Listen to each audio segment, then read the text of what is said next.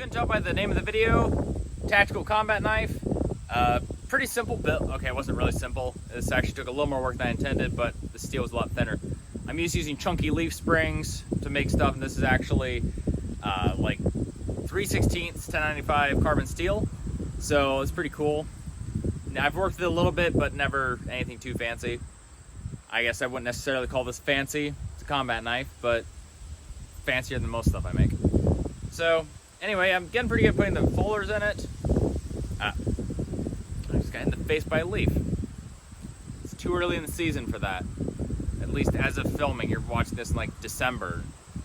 It's still August as of filming. Anyway, so homemade micarta handle. At some point, I hope to probably make a build video on that because I'd use it a lot and I think it might be useful. But it's pretty simple. I literally got some at Walmart because there's nowhere else to shop around here. So yeah, held with some screws, got a hardware store. Nice little knife. Again, has the look and feel of kind of the K-bars while still having a more modern kind of tactical look to it. I'm not gonna lie, I really love K-bars and just tactical knives as a general. And I've done a weird kick where I just want to make a bunch of them, but I'm trying to do other stuff so that way it's not just, you know, every week doing a different variant of the same concept. So I hope you enjoy, and hope to see you in the next video too.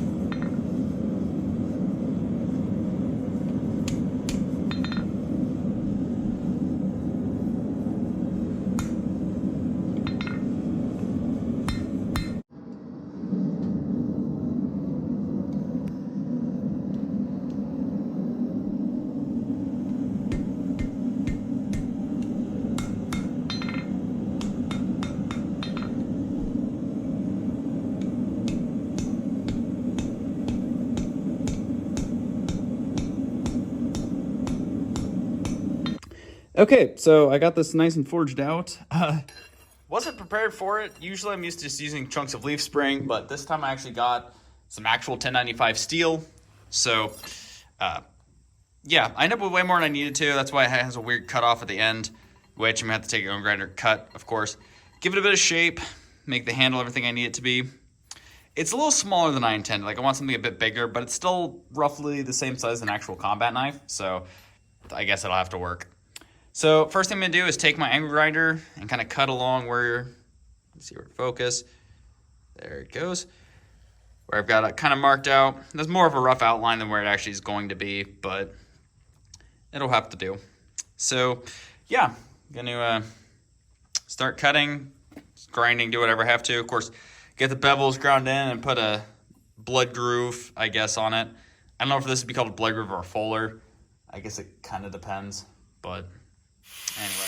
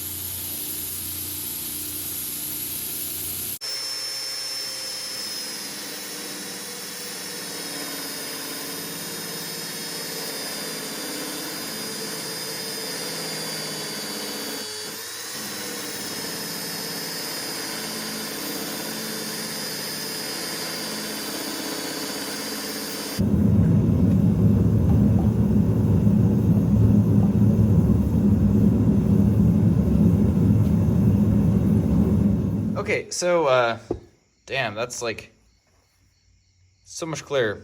Finally upgraded phones. I've been filming like my entire YouTube thing on an iPhone 8 up until like just this build. I finally upgraded. So, wow, this looks a lot better. Same, crappy shop light. If you've been watching for a while and seen any of my old videos and they look like really dark, I can see just fine, but my camera's not picking up much because I have crappy shop lights. And my camera was an iPhone 8. It was good when it was new, but things get old.